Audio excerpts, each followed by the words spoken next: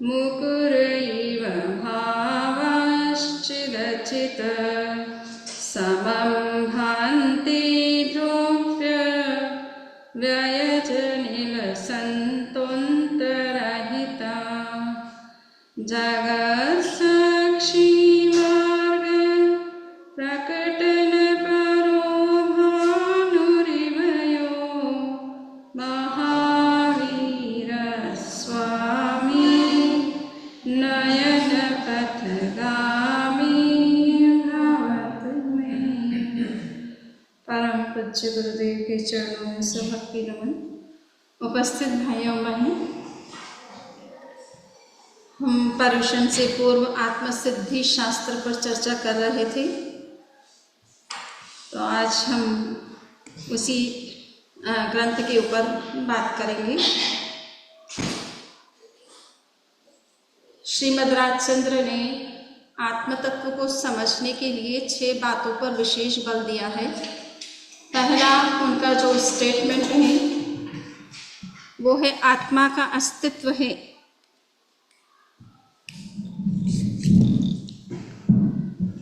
आत्मा का अस्तित्व है, इस बात को उन्होंने प्रूव करने की कोशिश की है कि आत्मा का अस्तित्व को हम किस रूप में समझे, और कई हमने श्लोक इसके ऊपर पहले हम चर्चा कर चुके हैं कि उन्होंने आत्मा के अस्तित्व को प्रमाणित करने के लिए क्या क्या इस तरह के आर्गुमेंट्स दिए हैं, तर्क दिए हैं, जिससे कि एक व्यक्ति जो लॉजिकल माइंड का व्यक्ति होता है वो भी आत्मा के अस्तित्व में विश्वास कर सकता है।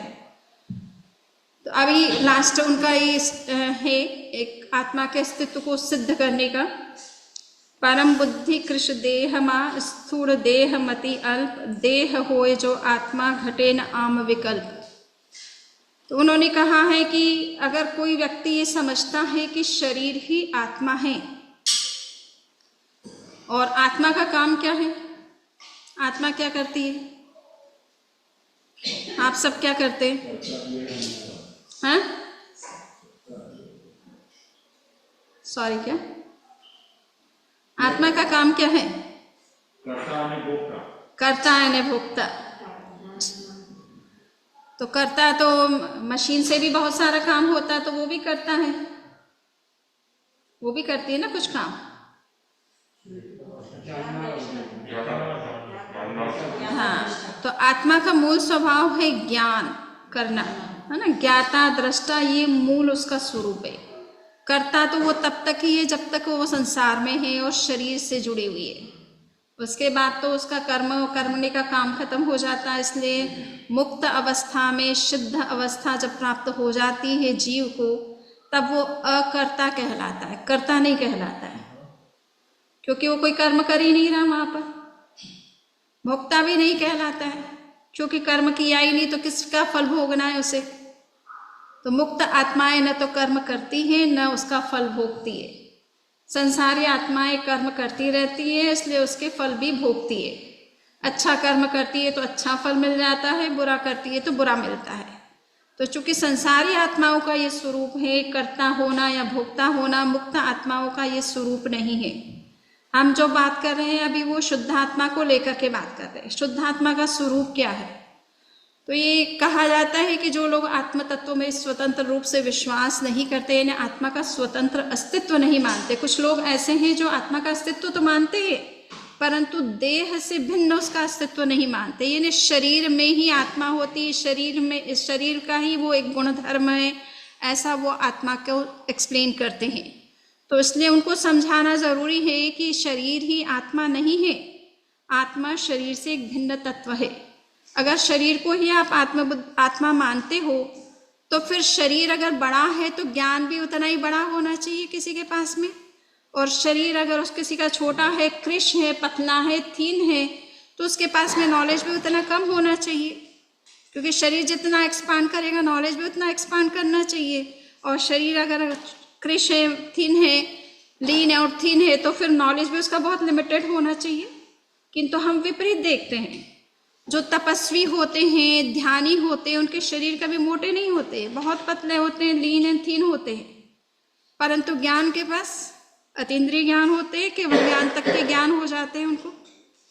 तो जितने बड़े ज्ञानी होते हैं, ध्यानी होते हैं, अतीन्द्रिय ज्ञानी होते हैं, उनके शरीर कोई बड़े मोटे नहीं होते, स्थूल नहीं होते हैं। वो बहुत लिमिटेड खाते हैं, ज़्यादा अपना ज्ञान और ध्यान में रहते हैं। तो उनके शरीर को आप स्थूल रूप में कभी नहीं देखेंगे। तपस्वी जो विशेष रूप से होते हैं, तपस्या करते हैं, वो तो बहुत ही कम खाना खाते हैं और भी तो परंतु उनके पास ज्ञान एक आम व्यक्ति से अलग हट करके उनके पास ज्ञान होते हैं। आप कभी कभी अपनी कैसी समस्या भी लेकर के जाते हैं, उसका समाधान वो दे देते हैं। उनके पास अनेक प्रकार के मिस्टिकल पावर्स भी होती है, मिस्टीरियस पावर भी होती है, जिनको हम लब्धि, रिद्धि, सिद्धि कहते हैं। तो इस तरह की शक्तियाँ उन्हीं में विकसित होती है, जो कि खाता पीता नहीं है, शरीर से मोटा नहीं है। तो अगर हम शरीर से आत्मा को कनेक्टेड मानेंगे या शरीर को ही आत्मा समझेंगे, तो फिर शरीर जितना बड़ा, ज्ञान भी उतना बड़ा होना चाहिए। शरीर जितना छोटा, उसमें ज्ञान भी उतना कम होना चाहिए। किंतु हाथी का और मनुष्य के शरीर में अंतर तो बहुत है। और हाथी को चलाता कौन है, नियंत्रित करता कौन है? मनुष्य करता है। तो शरीर बड़ा होने से हाथी के पास ज्ञान तो बड़ा नहीं है ना। हमारा शरीर छोटे होते हुए भी हमारे पास बुद्धि इस तरह की होती कि दुनिया को कंट्रोल कर सकते हैं, आप रूल कर सकते हो, है ना। तो दिमाग होना चाहिए, इंटेलिजेंसी होनी चाहिए, नॉलेज की पावर होनी चाहिए। वो शरीर पर आधारित नहीं है। अगर शरीर पर आधारित होती तो जितना बड़ा शरीर उतना बड़ा ज्ञान, जितना छोटा शरीर उतना कम ज्ञान, इस तरह का होता।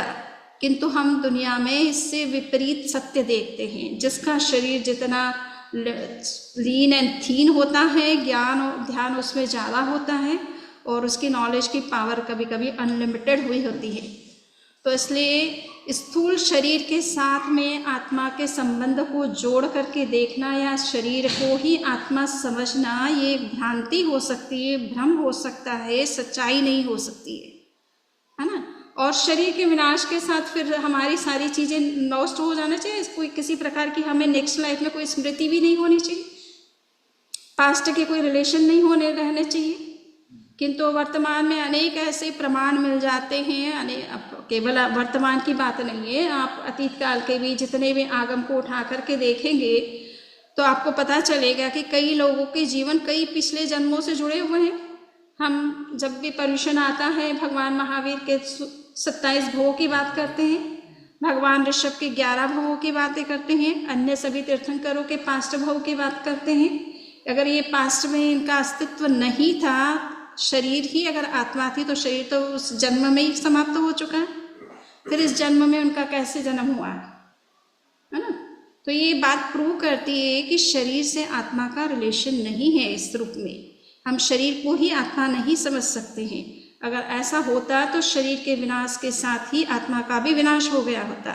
फिर पूर्व जन्म की हमें स्मृति नहीं होती, हम पास्ट को रिमेंबर नहीं कर सकते, रिकॉल नहीं कर सकते हैं। आज भी पास्ट लाइफ रिग्रेशन करवाया जाता है। बहुत सारे ऐसे साइकोलॉजिस्ट हैं, हिप्नोटिस्ट हैं, जो पास्ट लाइफ में ले जा करके आपको आपकी समस्या का कारण जानने का प्रयास करते हैं। आपको वर्तमान में उसका कारण पता नहीं है और प्रॉब्लम है, इश्यूज़ हैं, हेल्थ इश्यूज़ कभी कभी इस तरह के होते हैं जिसका कारण हमें अभी प्रेजेंट में दिखाई नहीं देता है, कोई कारण नहीं है।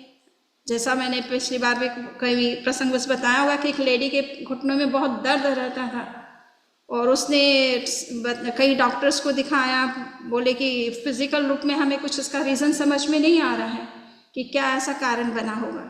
ना वो कहीं गिरी जिससे कि कोई फ्रैक्चर हो गया, उसके कारण कोई पेन हो रहा है, कुछ भी नहीं। तब उसने साइकेट्रिस्ट के पास में गई और साइकेट्रिस्ट ने हिप्नोटाइज किया। जिस तरह से हम रिलैक्सेशन का प्रयोग करते हैं, ऐसे हिप्नोटिस्ट जो है हिप्नोटाइज करते हैं। उसमें आपको इस तरह की डीप रिलैक्सेशन में ले जाते हैं और आपके कॉन्शियसनेस फिर उनके निर्देशन पर, उनके इंस्ट्रक्शन पर वर्क करती है। जैसा आप क्वेश्चन पूछते हैं उसके हिसाब से वो रिप्लाई करती है रिलैक्स्ड स्टेट में।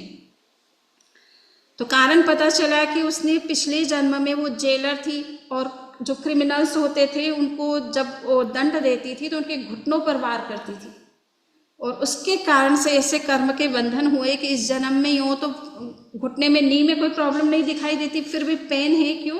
क्योंकि उसने पेन दिया था किसी को और उसके कारण से असात वेदनी कर्म का बंधन हुआ और उसके परिणाम स्वरूप वर्तमान में उसकी नी में पेन रहता है। तो ये हम पास्ट लाइफ से हम कोरिलेट करते हैं, पास्ट लाइफ से कनेक्ट करते, अपने आप को, अपनी प्रॉब्लम्स को, इश्यूज के समाधान देखते हैं। ये कैसे संभव है? अगर पास्ट का अस्तित्व अभी वर्तमान में अगर नहीं है, पास्ट में जो सोल या जो भी मनुष्य रहा है वो अगर वर्तमान में नए फॉर्म में नहीं जन्म लिया सोल ने, तो आपको पास्ट लाइफ से जुड़े हुए कर्मों के फल भोगने की आवश्यकता भी कहाँ है? ठीक है ना। पास्ट लाइफ को रिकॉल करने वाली बातें भी कैसे संभव हो सकती है? तो बहुत सारे केसेस है पैरासाइकोलॉजी में, आप देखेंगे तो रीबर्थ के बहुत सारे इस तरह के एग्जाम्पल्स हैं, लिविंग एग्जाम्पल्स हैं, और आगमों में तो भरे पड़े हैं। आप विपाक सूत्र ले लीजिए, उसमें सुख विपाक है और दुख विपाक है ना। 10 ऐसे केस स्टडीज हैं जिसमें ये बताया गया है कि इस व्यक्ति ने पूर्व जन्म में क्या पाप कर्म किया था जिसके कारण से उसकी वर्तमान में ये स्थिति बनी है। और 10 ऐसे केसेस की स्टडी है जिसमें ये बताया गया है कि इसने पास्ट लाइफ में क्या अच्छे काम किए थे जिसके कारण इस वर्तमान जीवन में उसको ये सारी सुख और सुविधा और अच्छा स्वास्थ्य, अच्छे फैमिली, ये सब कुछ मिला है। तो ये इस तरह की 20 स्टडीज तो आप उसको विपाक सूत्र में ही देख सकते हो। इसी तरह से कल्पिका है, कल्पवतंसिका है, भगवती सूत्र है, आप उत्तराध्ययन सूत्र में कई तरह के एग्जाम्पल है। एक ही व्यक्ति, मतलब चित्त और संभूति नाम के 2 है व्यक्ति, 6 भवों से एक साथ चल रहे हैं। कभी वो जंगल में हिरण बन जाते हैं, कभी वो बतख बन जाते हैं पानी के अंदर, कभी और किसी रूप में जन्म लेते हैं, और लास्ट में वो दोनों भाई के रूप में एक ही फैमिली में जन्म लेते हैं। तो 6 भवों की कथा आपको उत्तराध्ययन सूत्र में चित्त संभूति के नाम से मिल जाएगी। और ये लिविंग एग्जाम्पल्स है, ये कोई स्टोरी नहीं है कि इमेजिनरी कोई स्टोरी क्रिएट नहीं की गई है। ये लिविंग एग्जाम्पल्स है जो आपको उत्तराध्ययन सूत्र में देखने को मिलेंगे। सो ऐसे बहुत सारे एग्जाम्पल जैन आगमों में है जो पास्ट लाइफ को एक्सप्लेन करते हैं कि वर्तमान में उसने क्या, ये व्यक्ति का लाइफ ऐसा क्यों है, उसका कारण उसके पास्ट लाइफ में क्या रहा है। इसलिए देह के साथ आत्मा का वैसा देखा जाए तो कोई संबंध नहीं है। आत्मा अलग है, शरीर अलग है। आत्मा को सुरक्षित रखने के लिए या आत्मा के जो अपने कर्म हैं उनका फल भोग करने के लिए इस शरीर की प्राप्ति होती है, किंतु इसका अपना एक टाइम है। क्या बोलते हैं, एक्सपायरी इसकी डेट होती है। जितना लाइफ जिसका है उतना लाइफ वो जीता है, इस शरीर के साथ रहता है और बाद में इस शरीर को त्याग करके एक नए लाइफ में चला जाता है और उस तरह का एक नया शरीर उन्हें प्राप्त हो जाता है। तो इसलिए ये जो बात कही जा रही है, श्रीमद् राजचंद्र का कहना है कि इसलिए आत्मा को शरीर समझ लेना, शरीर को आत्मा समझ लेना, ये भ्रांति है, ये सच्चाई नहीं है।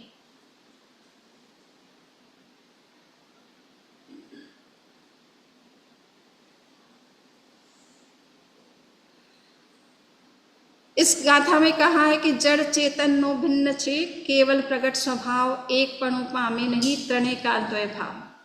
अब ये बात बहुत समझने की है। कुछ लोग ऐसा समझते हैं कि हमारी आत्मा मुक्त हो जाने पर ईश्वर में लीन हो जाती है। जो लोग थियोलॉजिकल जितनी भी ट्रेडिशंस हैं वो इस तरह की बातें करती है। अब यहाँ ये समझना है कि जड़ तत्व हो, शरीर हो, चाहे हमारी चेतना हो या हमारी आत्मा हो, इनका सबका अस्तित्व अलग अलग होता है और इनका स्वभाव भी सब जीवों का स्वभाव अंदर से एक जैसा है, बाहर में अलग अलग हो सकता है। It depends on our karmas. हमारे अंदर किस तरह के इमोशंस हैं, किस तरह के हमने कर्म कर रखे हैं, उसके हिसाब से हमारे अलग अलग नेचर इस जीवन में अब अलग दिखाई देते हैं। परंतु शुद्धात्मा का जो स्वरूप है वो तो सबका एक ही जैसा है। सिद्ध बनने के बाद आप में और हमारे में कोई डिफरेंस नहीं रहता है। भगवान ऋषभ और भगवान महावीर या 24 तीर्थंकरों की आत्मा में कोई अंतर नहीं रहता है। इसलिए सिद्ध होने पर सब इक्वल हो जाते हैं। ठीक है ना। तो शुद्ध स्वरूप में आत्मा में एक आत्मा और दूसरी आत्मा में कोई अंतर नहीं है। मूल संसारी आत्मा और मुक्त आत्माओं में शुद्ध स्वरूप को दृष्टि से विचार करें तो कोई अंतर नहीं है। इसीलिए जैन लोग जो है सब जीवों के प्रति समान भाव रखते हैं, सबका रिस्पेक्ट करते हैं, किसी की हिंसा नहीं करना चाहते, क्योंकि उनको मालूम है कि हमारी आत्मा और दूसरे किसी भी माइक्रोब भी है तो उसकी आत्मा में कोई अंतर नहीं है। कल आज वो माइक्रोब है, कल वो मनुष्य बन सकता है, और आज जो मनुष्य है वो कल माइक्रोब भी बन सकता है। डार्विनियन थियरी को भी हम नहीं मानते इस दृष्टि से। डार्विन जो कहता है कि जीव जो है समय के साथ में प्रोग्रेस करता चला जाता है, वही सेम जीव जो है अमीबा के रूप में था और आगे चल कर के वो मनुष्य बन जाता है, कॉम्प्लेक्स ह्यूमन बीइंग बन जाता है, तो ऐसा कंसेप्ट भी हम नहीं मानते। हमारे हिसाब से ये है कि हर जीव का अपना अपना कर्म है। आज जो आपको मनुष्य दिख रहा है कल वो माइक्रोब बन सकता है, और आज जो माइक्रोब लग रहा है वो कल ह्यूमन बीइंग्स बन सकता है। It depends on the karmas. हम रिटर्न भी कर सकते हैं, बैक में भी जा सकते हैं और आगे भी जा सकते हैं। तो ये डिपेंड करेगा कि हम वर्तमान में किस तरह के कर्म करते हैं, किस तरह की सोच रखते हैं, किस तरह का एटीट्यूड रखते हैं, किस तरह का बिहेवियर करते हैं और किस तरह से अपने जीवन को जीते हैं। इन सब चीज़ों पर डिपेंड करता है कि आपका भविष्य कैसा होगा। किसी के बनाने से, यानी किसी ईश्वर के बनाने से किसी का जीवन नहीं बनता, अपने कर्मों से ही बनता है। अगर ईश्वर किसी के जीवन को बनाता तो सबका जीवन एक ही जैसा होता। ईश्वर तो सबका अच्छा ही जीवन बनाते, दूसरे ऐसे किसी का लोअर, किसी का हायर, कोई हायर क्लास में जन्म ले रहा, कोई लोअर क्लास में जन्म ले रहा, कोई बहुत हेल्दी है, कोई बहुत अनहेल्दी है। कभी कभी आजकल कुछ बच्चे ऐसे होते हैं कि जन्म से ही उनको प्रॉब्लम है, हेल्थ इश्यूज है ना, हार्ट उनका बराबर नहीं वर्क कर रहा है, कि लंग्स बराबर वर्क नहीं कर रहा है, ब्रेन बराबर वर्क नहीं कर रहा है। तो ये कहाँ से, ईश्वर ने अगर किया होता तो हेल्दी बच्चा होता ना। अनहेल्दी बच्चा क्यों जन्म लेता किसी के परिवार में? मेंटली रिटायर्ड बच्चे क्यों जन्म लेते? सभी प्रॉस्परस होते क्यों, कोई पुअर लाइफ जीता है ना? सबकी क्वालिटी का लाइफ जो है एक जैसा होता, अलग अलग नहीं होता। ईश्वर किसी के सामने किसी के प्रति पक्षपात नहीं कर सकता है। तो इसलिए जैनिज्म में ये है कि हमारे कर्म मूल में हमारे जीवन का निर्धारण करते हैं। आप जिस तरह के कर्म करेंगे आपका जीवन वैसा होगा, इसमें ईश्वर का कोई रोल नहीं है। वो हमारे श्रद्धा का विषय है, वो हमारे लिए आदर्श है। हमारे जीवन का लक्ष्य सुनिश्चित करना है तो हमें ईश्वर के स्वरूप का चिंतन करना, मनन करना, उनके नाम का जप करना आवश्यक है कि हमें भी उस स्वरूप तक पहुंचना है। तो हमारे लिए वो आइडियल है, एक रोड मैप है जिसको हमें फॉलो करना है। परंतु वो किसी की लाइफ में इंटरफियर नहीं करता है, किसी की लाइफ को क्रिएट भी नहीं करता है और किसी को ना पनिशमेंट देता है ना अवार्ड देता है। आप भगवान की कितनी भी पूजा करें, भक्ति करें, वो कोई आपको अवार्ड देने वाले नहीं है, बट हाँ अवार्ड मिल जाता है आपको। भगवान की जैसे ही आप भक्ति करेंगे, भजन करेंगे, आपको स्वतः अवार्ड मिल जाएंगे, क्योंकि आप जिस प्योर मेंटल स्टेट में रहते हैं, आपकी जो अंदर की प्योरिटी जिस तरह से डेवलप होती है, उससे अपने आप आपको वो अवार्ड मिल जाता है। तो भगवान अपनी ओर से कुछ नहीं दे रहे हैं आपको, बट आपकी इनर प्योरिटी उनकी निमित्त से बनती है। भगवान का भजन करने से आपके भाव जिस तरह से निर्मल बनते, विशुद्ध बनते, भक्ति का जो भाव प्रकट होता है, कर्मों का जो समय क्षय होता है, उससे आपको वो सब चीज़ें उपलब्ध होती है जो अनएक्सपेक्टेड होती है। और इसीलिए रिलीजन के प्रति लोगों का ये अट्रैक्शन रहता है, भक्ति लोग इसीलिए करते हैं कि हम अंदर से कैसे प्योर बने। हमारा उद्देश्य इनर प्योरिटी है, किसी चीज़ को अचीव करना नहीं है या पाना नहीं है भगवान से हम कुछ मांग नहीं करते। इसलिए जितनी भी जैन आरतियाँ होती है, प्रेयर्स होती हैं, स्तुति होती है, स्तवन होते हैं, उसमें भगवान से कुछ मांगा नहीं जाता है। भक्तामर की 48 गाथाएं हैं, उन्होंने कोई मांग नहीं की है भगवान से, भगवान के गुणों का कीर्तन किया है। आप उन गुणों का, उन क्वालिटीज़ का चिंतन करते हैं तो वो क्वालिटीज़ आपके अंदर आती है, और साथ साथ में उन क्वालिटीज़ का गुणगान करने से इनर जो आपकी प्योरिटी बनती है, भावों की जो विशुद्धि बनती है, कर्मों का जो क्षय होता है, उससे अपने आप आपकी जो बाधाएं हैं, विघ्न हैं, वो उनका निवारण हो जाता है। तो जड़ और चेतन ये दोनों अपना भिन्न भिन्न स्वभाव है, यानी शरीर का अपना अलग नेचर है और आत्मा का अलग नेचर है। शरीर आपको फिजिकल रूप में दिखाई देता है, आत्मा नॉन फिजिकल है, उसमें वो सारी क्वालिटीज़ नहीं है जो शरीर के अंदर दिखाई देती है। शरीर में कलर होता है, उसका कोई पर्टिकुलर शेप होता है ना, सेंसेस होते हैं, फिजिकल उसका जो स्ट्रक्चर दिखाई देता है। आत्मा में इस तरह से ब्लड, बोन्स, ये कुछ भी नहीं है, ठीक है ना। ये कोई बॉडीली एलिमेंट्स उसके अंदर नहीं है, न रूप, रस, गंध और वर्ण जो मटेरियल क्वालिटीज़ मानी जाती है। 4 बेसिक क्वालिटीज़ हैं मैटर की, वो क्या है? वर्ण, गंध और रस और स्पर्श, ये 4 बेसिक क्वालिटी है मैटर की। ये सारी क्वालिटीज़ जो है वो आत्मा में एब्सेंट रहती है, इसलिए आत्मा नॉन फिजिकल मानी गई है, ठीक है ना। सेंसेस के द्वारा इसीलिए वो दिखाई नहीं देती है। हमारी सेंसेस किसको देखती है? या तो आंखें किसको देखेगी? कलर को देखेगी, शेप को देखेगी, है ना। कान से साउंड को आप सुनेंगे, नाक से स्मेल लेंगे, टंग से आप टेस्ट करेंगे और स्किन से टच करेंगे, और ये क्वालिटीज़ आत्मा में है ही नहीं जो मटेरियल क्वालिटीज़ मानी जाती है। इसीलिए सेंस के द्वारा आत्मा को नहीं जाना जा सकता। जितने भी साइंटिफिक इंस्ट्रूमेंट होते हैं उनके द्वारा डिटेक्ट नहीं कर सकते आप, क्योंकि वो भी मटेरियल ऑब्जेक्ट को ही डिटेक्ट करते हैं, मटेरियल बॉडी की ही स्टडी करते हैं।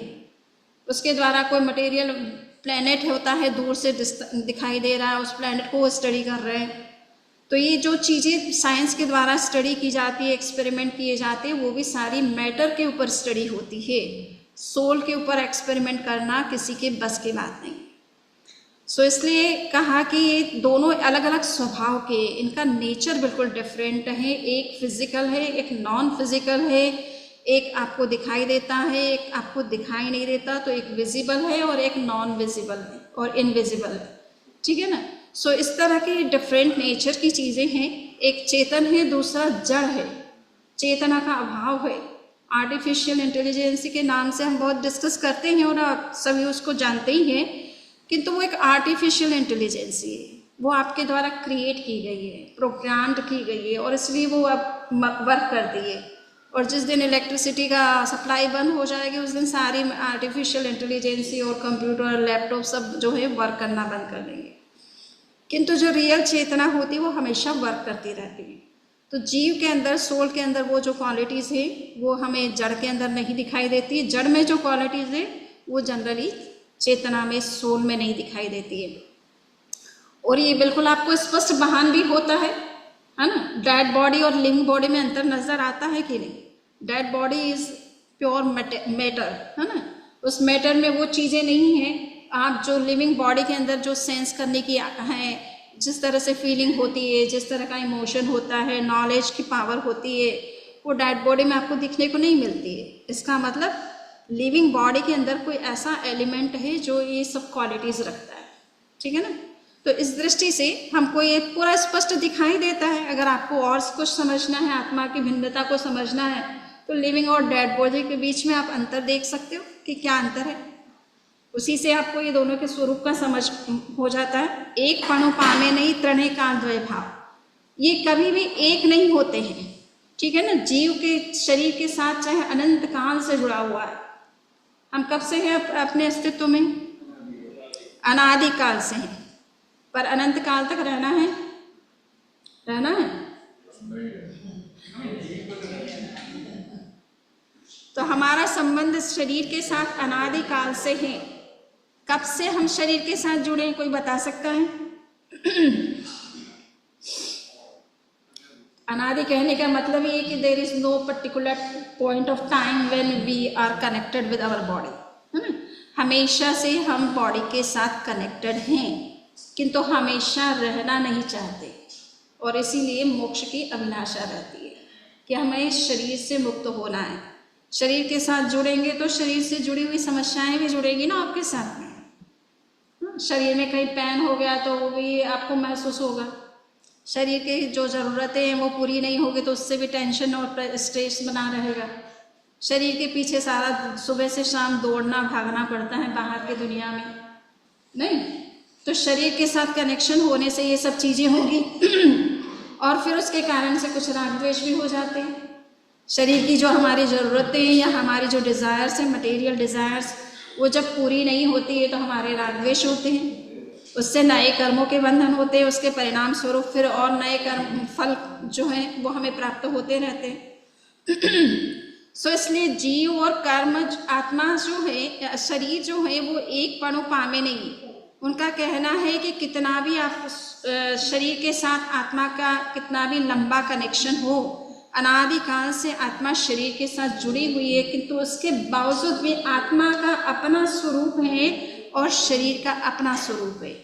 ये दोनों कभी एक दूसरे में मर्ज नहीं होते हैं या एक दूसरे की क्वालिटीज़ एक दूसरे में आती नहीं है। ये हमेशा एक दूसरे से अलग ही रहते हैं। हाँ, शरीर के अंदर है तो शरीर को ड्राइव कर रही है। जैसे आप कार के अंदर बैठे होते हैं तो कार और आप अलग हैं कि नहीं, परंतु आप उस ड्राइवर हैं इसलिए कार को जिस तरह से चलाएंगे वैसे चलेगी। उसी तरह से आपका शरीर को आप जिस तरह से काम में लेंगे, आप अन्य चीज़ों, मटेरियल चीज़ों में वर्ल्डली चीज़ों में एंगेज रहना चाहते हो तो बॉडी उस तरफ वर्क करेगी, और अगर आप धर्म की आराधना करना चाहते हो तो शरीर उस तरह से वर्क करने लगेगा, तपस्या भी करने लग जाएगा, ध्यान भी करने लग जाएगा। आज हम उष्मा जी से बात कर रहे थे कि तपस्या के बाद में कैसा लग रहा है, तो बोले बहुत ही अच्छा लग रहा है। हाँ, तपस्या करेंगे तो आप अपने शरीर को आपने 8 दिन तक साधा तो सद गया ना। शरीर को आप किस तरह से यूज़ में लेते हैं, आप मेडिटेशन में उसका समय ज़्यादा, उसको ज़्यादा यूज़ में लेते, तपस्या में लेते, धर्म ध्यान करने में ज़्यादा उपयोग करते हैं, या वर्ल्डली चीज़ों में एंगेज रहने में ज़्यादा यूज़ करते। It depends on you, you are the driver of the body.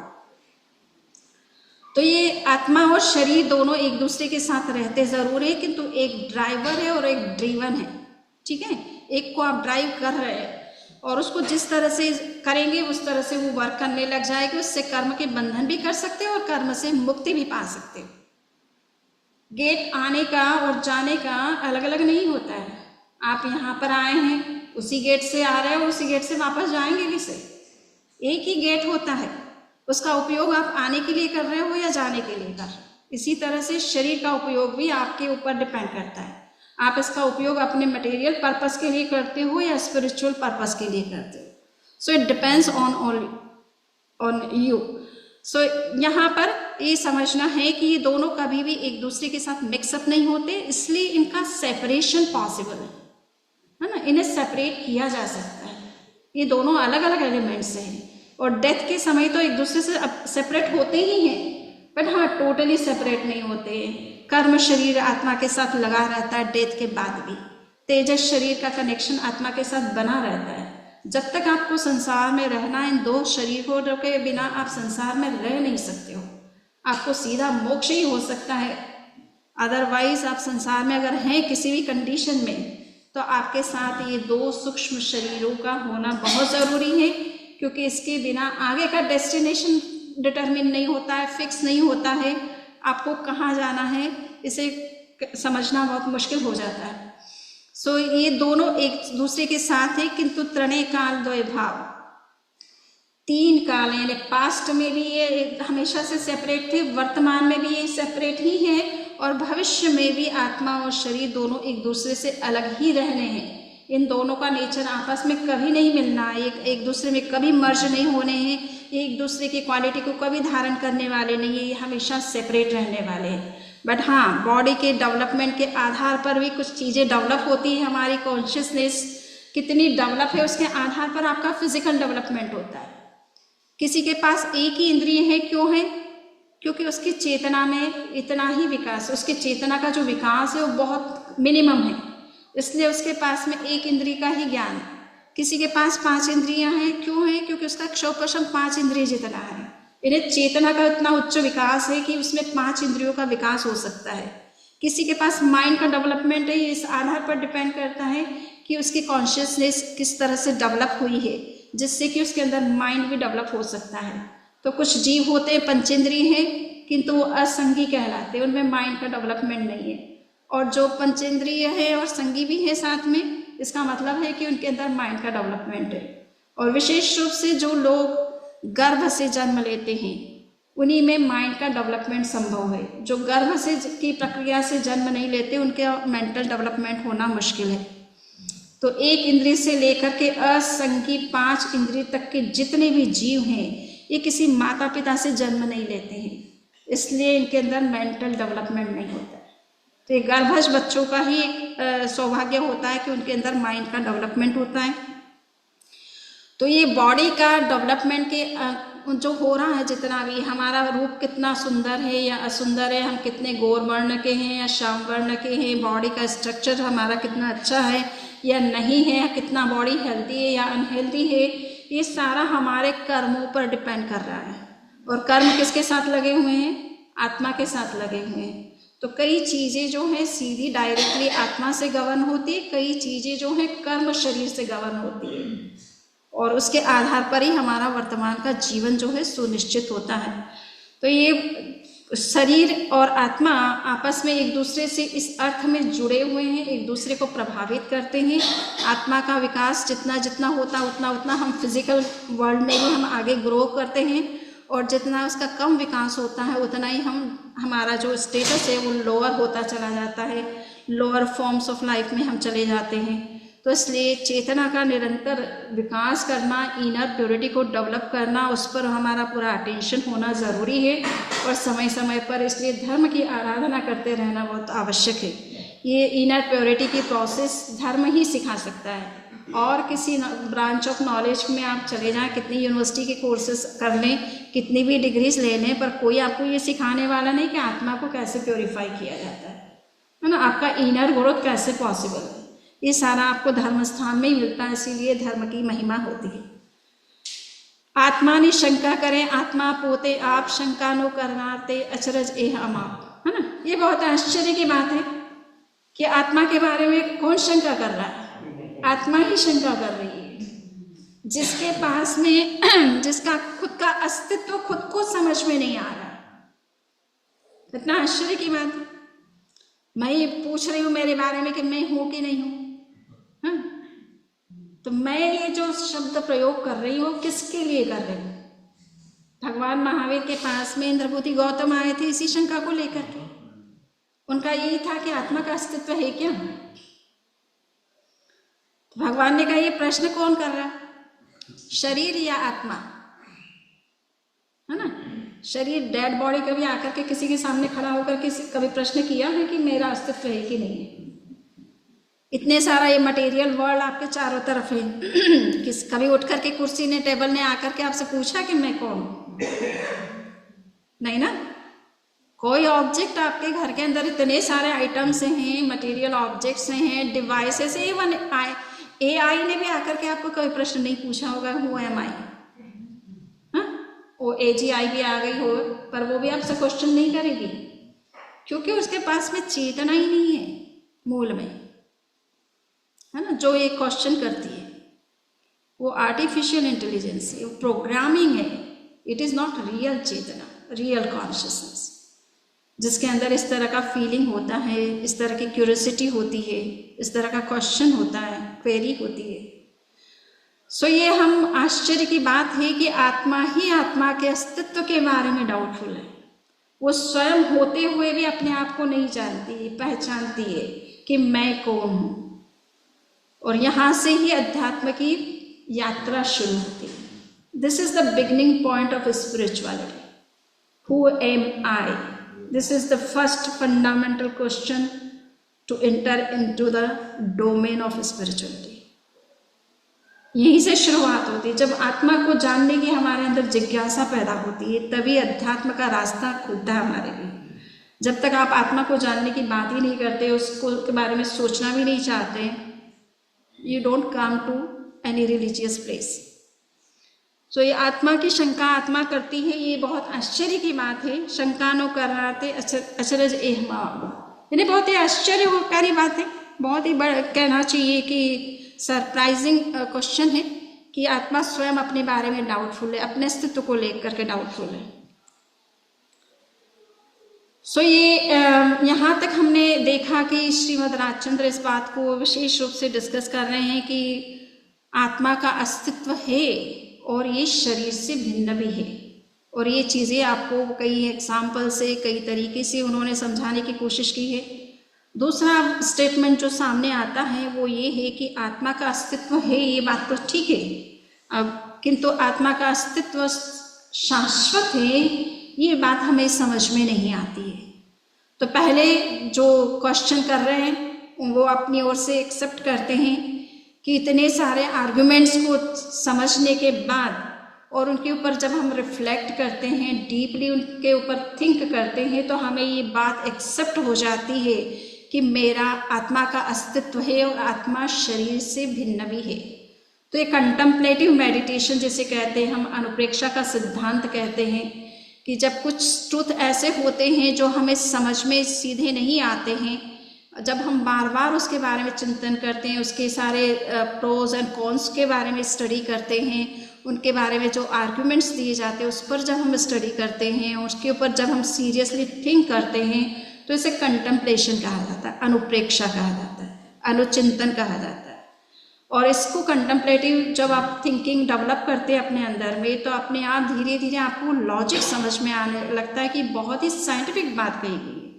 हम अपने अस्तित्व के बारे में कैसे डाउटफुल हो सकते हैं। ये मैं का, अहम का जो कंसेप्ट है, मैं को संस्कृत भाषा में अहम कहा जाता है।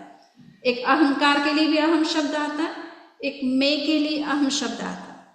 तो ये इसको कहते हैं दर्शन के क्षेत्र में कि अहम प्रत्यय अगर किसी के अंदर होता है तो वो लिविंग एंटिटी ही इस तरह का अहम प्रत्यय उसके अंदर हो सकता है। यानी मैं कौन हूँ, मैं, ये लैंग्वेज भी उसी के पास में होती है जो जीवित होता है, जिसके अंदर कॉन्शियसनेस होती है, जिसके अंदर सोल होती है।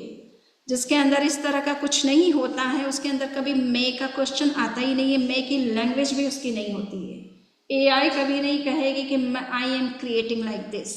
ओके, आप 10वें कालिक सूत्र है उसमें तो सुधर्मा स्वामी जम्बू स्वामी को एड्रेस करते हैं और भगवान महावीर के सिद्धांतों को एक्सप्लेन करते हैं। तो अंत में भगवान महावीर की लैंग्वेज में, वो महावीर की भाषा में बात कर रहे हैं कि भगवान ने कहा कि इति ब्रवीमि, ऐसा मैं कहता हूँ, ये मेरा अनुभव है, सत्य इस तरह से है, तत्व इस तरह से है, जीवन में ये चीज़ें क्यों फॉलो करनी चाहिए, ये मैं अपने एक्सपीरियंस से, अपने डायरेक्ट ऑब्जर्वेशन से, अपने डायरेक्ट नॉलेज से ये बात कह रहा हूँ। सो इस तरह की बात वो ही कह सकता है जिसके अंदर इस तरह का सोल होती है, इस तरह की कॉन्शियसनेस होती है। सो ये यहाँ पर शिष्य कह रहा है कि आत्मा ना अस्तित्व ना आपे कया प्रकाश संभव तेनो थाय छे अंतर करे विचार, है ना। आपने आत्मा के अस्तित्व के बारे में जो कुछ कहा है और उस पर जब हम भीतर से विचार करते हैं तो हमें लगता है कि ये संभव है कि आत्मा का अस्तित्व है। संभव है का मतलब वो डाउटफुल नहीं है, आप जो कह रहे हैं वो हम मानते हैं कि आत्मा का अस्तित्व है, ठीक है ना। तो इसमें अब मुझे कोई डाउट नहीं है कि आत्मा शरीर से भिन्न तत्व नहीं है। आत्मा निश्चित रूप से भिन्न है, उसकी क्वालिटीज़ अलग हैं, शरीर की क्वालिटीज़ अपने आप में अलग हैं, किंतु उसके बावजूद भी अब प्रश्न उठता है कि आत्मा का अस्तित्व शाश्वत है या नहीं है। क्योंकि कई बार ये लोगों के मन में डाउट रहता है कि हम डेथ के बाद में, हमारे इतने परिवार के जो कहना चाहिए कि बहुत ही लविंग पर्सन थे, सभी केयरिंग पर्सन थे, और हम चाहते हैं कि उनका पता चले कि वो कहाँ पर है, किंतु डेथ के बाद में किसी का पता ही नहीं चलता कौन कहाँ जाता है ना। कोई हमारे पास में एविडेंस नहीं है कि वो जीवित हैं या समाप्त, पूरी तरह से समाप्त हो चुके हैं, उनका अस्तित्व ही खत्म हो चुका है डेथ के बाद में। ऐसा रिसरेक्शन का जैसा कोई एक्सपीरियंस किसी के, बहुत सारों के लाइफ में नहीं होता कि उनके परिवार के व्यक्ति चले गए किंतु वो बाद में, डेथ के बाद में उनका पता नहीं है कि वो कहाँ पर है, किस रूप में है। कोई इस तरह का है, वो आकर के कुछ आभास नहीं देते हैं, कुछ बात नहीं कहते हैं। स्वर्ग में जाने वाले तो कम से कम आ सकते हैं ना, स्वर्ग के जीव तो आ ही सकते हैं ना, पर वो भी नहीं आते। नरक में जाने वाले का सवाल ही नहीं आने का, क्योंकि इतना उनका कर्मों का जो प्रेशर है, उसके कारण से उनकी जो कंडीशन होती है, वो नरक से बाहर निकल करके आ ही नहीं सकते। उनको 24 hours and throughout their life they have to be there, वो कभी बाहर नहीं आ सकते। और अन्य जो जीव है, तिर्यंच में कोई चला गया या मनुष्य के रूप में किसी ने जन्म ले लिया, उनका आने की भी संभावना खत्म हो जाती है, क्योंकि वो अभी उसने बर्थ ही लिया है और वो बच्चा है, उसके पास में अभी कुछ इस तरह का कहने के कंडीशन नहीं है कि वो कहाँ से आ रहा है, ना उसका कभी कभी नॉलेज होता है कि वो पास्ट में कहाँ था और कहाँ से आया है। तो इन सभी चीज़ों में, तीनों जगह जाने पर तो पता चलाना बहुत ही मुश्किल है, परंतु हाँ, जो देवलोक में जाते, स्वर्ग में जाते, एटलीस्ट उनके आने की पॉसिबिलिटी रहती है, और उनसे आप जान सकते हैं कि वो अब कहाँ पर हैं, किस सिचुएशन में हैं। अगर वो साधु थे तो किस देवलोक में गए हैं, गृहस्थ भी थे तो किस स्वर्ग में गए हैं, या किस रूप में, देव के रूप में। 4 तरह के देव होते हैं, कौन कौन से?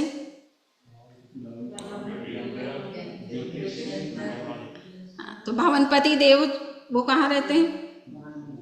नीचे रहते हैं, है ना। नरक जो है, पहली नरक है रत्नप्रमा पृथ्वी, उसके अंदर 13 स्टोरीज है ना। आपकी कोई बिल्डिंग है ना, उसमें 13 स्टोरीज होती है सपोज, बीच बीच में इंटर स्पेस होते हैं, तो ऊपर की एक स्टोरी छोड़ दो, बीच की एक स्टोरी को छोड़ दो, 11 स्टोरीज के बीच में 10 इस तरह के इंटरस्पेसेस होते हैं, उसके अंदर भवनपति देवों के निवास स्थान होते हैं।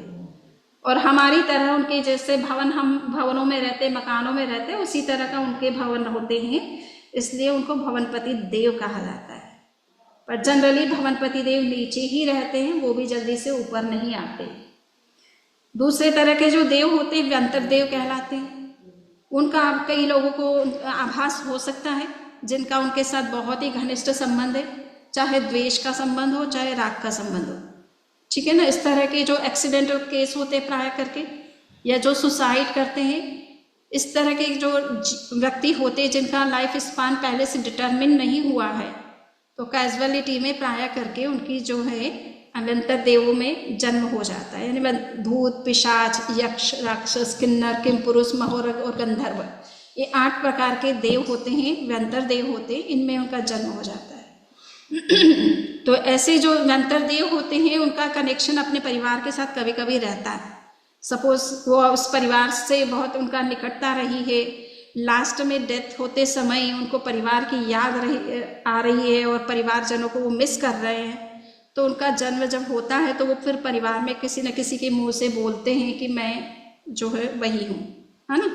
और कभी कभी उस परिवार में आकर के उनका निवास स्थान बनाया, उनकी घड़त बनाई जाती है, उनको प्रतिष्ठित किया जाता है। तो ऐसे आप राजस्थान में विशेष रूप से थली प्रदेश में चले जाइए, हर घर में आपको पितर का एक स्थान बना हुआ है, यानी उनके परिवार के जो व्यक्ति हैं कहीं ना कहीं वो पितर बन गए हैं, तो उनका स्थान उनके घरों में बना रहता है, और जिस दिन वो बने थे उस तिथि को वो मनाते रहते हैं, और उसके कारण से पूरा परिवार भी इकट्ठा होता है। तो थली प्रदेश में तो बहुत कॉमन है कि हर घर में मोस्टली कोई ऐसा घर होगा जहाँ पितर का स्थान बना हुआ नहीं है। इसका मतलब है कोई ना कोई परिवार का व्यक्ति पितर योनि में जन्म ले चुका है, और एक बार जन्म लेने के बाद 10,000 वर्ष की उम्र होती है मिनिमम, है ना। तो कई पीढ़ियों तक उनका आप स्मरण करते रहें तो वो परिवार के साथ उनका कनेक्शन बना रहता है। कभी कभी किसी ने किसी का मर्डर कर दिया और देश के कारण से कोई बन गया है, भूत बन गया है, पिशाच बन गया है, यक्ष बन गया, कुछ भी बन गया है, तो वो बदला लेने के लिए आता है, ठीक है ना, और उनको प्रताड़ित करता है और बहुत सारे उपद्रव क्रिएट करता है। तो ये व्यंतर देव दोनों तरह के हो सकते हैं। एक तो हमारे से जो जिनका अटैचमेंट है तो वो हमारे परिवार से जुड़े रहते हैं कभी कभी, और कुछ ऐसे होते हैं जो द्वेष के कारण से होता है किसी का संबंध एक दूसरे के साथ में, तो उनको बाकी सभी जीवों का ऐसा ज़रूरी नहीं है उनका राग भाव लास्ट में रहा हो या किसी का किसी के साथ द्वेष भाव रहा हो, किंतु असमय में मृत्यु होने से उनको वो गति हो जाती है। जैसे अभी प्लेन क्रैश का आपने देखा है ना, पहलगांव में 27 लोगों को मार दिया, अचानक ही मार दिया गया, उनके दिमाग में कुछ भी नहीं रहा, एकदम ऑल ऑफ सडन जब डेथ होती है, ऑन द स्पॉट डेथ होती है, तो उसको ना वो परिवार को याद करने की कंडीशन में होता है, ना किसी के प्रति द्वेष भाव रखता है, तो उसकी भी गति इस तरह की हो सकती है, ठीक है ना। तो ये व्यंतर देव जो होते हैं ये भी एक प्रकार के देव हैं और इनका भी परिवार से कनेक्शन रहता है। तो इससे भी आपको पता चल जाता है कि वास्तव में पुनर्जन्म भी होता है ना। हमारे ही परिवार के व्यक्ति अमुक अमुक देव के रूप में जन्म ले चुके हैं। और तीसरे तरह के हैं ज्योतिष देव होते हैं, जो हम ग्रह, नक्षत्र, तारा, सूर्य और चंद्र, 5 प्रकार के ज्योतिष देव होते हैं। अब कहने के लिए तो हम कल नासा गए थे तो हमने देखा प्लैनेट्स कितने बड़े बड़े ह्यूज प्लैनेट्स हैं, है ना, पर उनको कंट्रोल करने के लिए देव शक्तियाँ होती है। वो आकाश में कैसे लटके हुए थे, नहीं भारी, समझ लो ये पृथ्वी का कितना वजन है, हाँ, पर देखने में लग रहा है कि आकाश में ऐसे ही बिल्कुल लटक रहे हैं। वो ग्रेविटेशनल पुल नहीं होने से और कुछ भी का रीज़न आप बता दीजिए, बट इनको कंट्रोल करने वाली कुछ देव शक्तियाँ होती हैं जिनको हम ज्योतिष देव कहते हैं। तो हमें दिखाई नहीं देती। आप वहाँ पर चंद्रमा पर चंद्रयान मिशन चला गया और अपोलो मिशन कितनी बार जा चुके हैं, कई मनुष्य भी जा चुके हैं ना, 12 तो करीबन 6 मिशन जो है अमेरिका ने भेजे, नासा ने, उसमें 12 व्यक्ति गए, करीबन हर मिशन के अंदर 2-2 व्यक्ति गए, तो 12 लोग तो चंद्रमा पर जा चुके हैं और वहाँ पर कोई देव नहीं दिखाई दिया उनको। एलियंस के नाम से खोज जरूर है अभी भी, और कहीं कहते हैं एलियंस मिल गए और कहीं कहते हैं नहीं मिले। सो समहाउ कहने का मतलब इतना ही है कि ये दिखने में आपको पृथ्वी के ऐसे बड़े बड़े पिंड दिखते हैं, किंतु इन पिंडों को भी कंट्रोल करने की कुछ शक्तियाँ हैं जिनको हम ज्योतिष देव के रूप में रिकॉग्नाइज करते हैं। तो ज्योतिष देव के रूप में जो जन्म लेते हैं, कभी हो सकता है वो भी आपको दिखाई दे। भगवान महावीर के समय में कहते हैं कि सूर्य और चंद्र देव दोनों ही दर्शन एक साथ करने आए थे। ठीक है, सूर्य देव आते हैं तो सूरज उगता है ना, और चंद्रदेव आते तो चंद्रमा का उदय होता है। पर भगवान महावीर के दर्शन करने के लिए एक ही साथ सूर्य देव और चंद्रदेव धरती पर आए थे। ये बहुत आश्चर्य की बात है। बाकी वो सूर्य चंद्र के आने से कोई अंधेरा नहीं होगा, वो तो देव हैं, उनके अंदर तो प्रकाश होता है। सो ये दोनों देव एक साथ उपस्थित हुए थे। तो कहने का मतलब है कि ज्योतिष जो देव होते हैं वो भी, उनका भी अपना अस्तित्व है और वो भी अपने तरीके से काम करते रहते हैं। तो देव शक्तियों के रूप में भी ज्योतिष देव भी होते हैं। और अंत में है वैमानिक, जो उच्च देवलोकों में जाते हैं, जिनको हम स्वर्ग की भाषा में आज समझते हैं। तो जो उच्च स्वर्ग होते हैं, और 26 इस तरह के देवलोक होते हैं जहाँ की मनुष्य या तिर्यंच भी जा सकता है। और उनका जन्म जब उन देव शक्तियों के रूप में होता तो वो उनका आना और भी इजी होता है। तो भगवान महावीर के समय में बहुत सारे इस तरह के देव जो बने थे, और वो आकर के धरती पर उन्होंने दर्शन किया, और भगवान महावीर ने उनका पास्ट लाइफ भी बताया कि ये कौन थे। ठीक है ना। नंदन मणिहारा का नाम आपने सुना है। नंदन मणिहारा एक ज्वेलर थे भगवान महावीर के टाइम के, और उनकी डेथ होती है। किंतु उनकी डेथ होते समय उनका अटैचमेंट अपने उपवन, उन्होंने एक बगीचा धर्मशाला क्रिएट की थी और उसके प्रति बड़ा उनका अटैचमेंट था। इस कारण से उस धर्मशाला के अंदर उन्होंने जो कुआं बना रखा था, बावड़ी बना रखी थी, उस बावड़ी में ही फ्रॉक के रूप में उनका जन्म होता, मेंढक के रूप में। आप ये देखिए अटैचमेंट। अब इतना बड़ा एक ज्वेलर, इतना प्रतिष्ठित और श्रावक धर्म का पालन करने वाला, अंत में अटैचमेंट होने से उसी बावड़ी के अंदर फ्रॉक के रूप में उनका जन्म होता है। और जब उन्हें पता चलता है कि भगवान महावीर उनके उस नगर में आए हुए हैं और सारी लेडीज़ उनके दर्शन करने जा रही है, क्योंकि लेडीज़ पानी भरने के लिए वहाँ पर आई हुई थी बावड़ी के अंदर, क्योंकि वहाँ का पानी अच्छा था, मीठा था, तो पानी लेने आई। और आपस में जब बात कर रही थी कि भगवान महावीर का शहर में पदार्पण हुआ है और हमको दर्शन करना है, तो इसलिए वो जल्दी में थी और इस तरह से आपस में बातें कर रही थी। तो उसने सुना कि अरे महावीर, ये तो नाम बहुत परिचित है मेरा, बहुत सुना हुआ है, और ये लेडीज़ जिसके बारे में बात कर रही है तो ये कुछ परिचित लग रहे हैं। तो उन्होंने उस समय कहते हैं ध्यान लगाया। इसी को कहते हैं माइंड का कंसंट्रेशन। जब हो जाता है, कभी कोई वर्ड हमारा बहुत परिचित होता है या कभी कोई फेस हम देख लेते हैं और वो बहुत हमारा परिचित होता है पास्ट लाइफ का, तो हमारा अटेंशन उसके ऊपर टिक जाता है, कंसंट्रेशन बन जाता है, तो हमारा पास्ट लाइफ रिकॉल हो जाता है। तो उसको पूर्व जन्म का ज्ञान हुआ और पता चला कि वो तो नंदन मणिहारा एक ज्वेलर था और इस तरह से अटैचमेंट के कारण फ्रॉक के रूप में उसका जन्म हुआ है। तो उसे पास्ट लाइफ के श्रावक के नियम भी याद आ गए और उसने सोचा कि भगवान के दर्शन मुझे कम से कम मुझे भी करना चाहिए। इतना बड़ा सौभाग्य कि साक्षात तीर्थंकर परमात्मा के मुझे दर्शन हो रहे हैं। तो फ्रॉक के रूप में वो अपनी बावड़ी से बाहर निकलता है और जैसे ही भगवान के दर्शन करने के लिए जाना चाहता है तो बीच में राजा श्रेणिक अपने दल बल के साथ जा रहे थे भगवान के वंदन नमस्कार के लिए। तो उनके किसी रथ के नीचे आ गया तो उसके कारण से घायल हो गया, चलने की उसकी कंडीशन नहीं रही। तब वो साइड में घिसट करके अपनी बॉडी को जैसे तैसे एक साइड में हो जाता कि उसकी कहीं डेथ ना हो जाए इन सब के कारण से, और लगा कि अब भगवान महावीर के वो दर्शन नहीं कर सकता इस कंडीशन में जा कर के। तो वहीं पर वो संधारा लेते हैं और देव बन जाते हैं डेथ होकर। ठीक है। और वो देव जो है जब धरती पर तुरंत भगवान महावीर के दर्शन करने के लिए आते हैं तब गौतम स्वामी प्रश्न करते हैं कि भगवान ये इतना रिद्धिधारी देव कौन था। तब भगवान से उनको पास्ट लाइफ उनका सारा बताते हैं कि ये इस तरह से इनकी डेथ हुई है और ये अब देव बन चुका है। तो श्रावक पहले मेंढक बना और मेंढक से फिर देव बना। वो गए थे उच्च देवलोकों में, वैमानिक देवलोकों से आए थे। तो इसलिए देव आते हैं नीचे तो उनके पास्ट लाइफ को वो बता भी सकते हैं, कनेक्शन भी रख सकते हैं अपने परिवार के साथ में। पर मोस्टली जो उच्च देवलोक के देव होते हैं वो जल्दी से धरती पर आना नहीं चाहते, पहली बात। दूसरा, इस तरह का कोई कनेक्शन भी वो रखना नहीं चाहते। उच्च उनके स्थिति होती है, दशा होती है, जल्दी से वो इस तरह से संबंध कम रखते हैं। बट फिर भी अगर आप उन्हें याद करते हैं किसी कारण से तो कभी कभी उनका इस तरह से दर्शन हो सकता है, स्वप्न में भी दिखाई दे सकते हैं या आभास वो दे सकते हैं।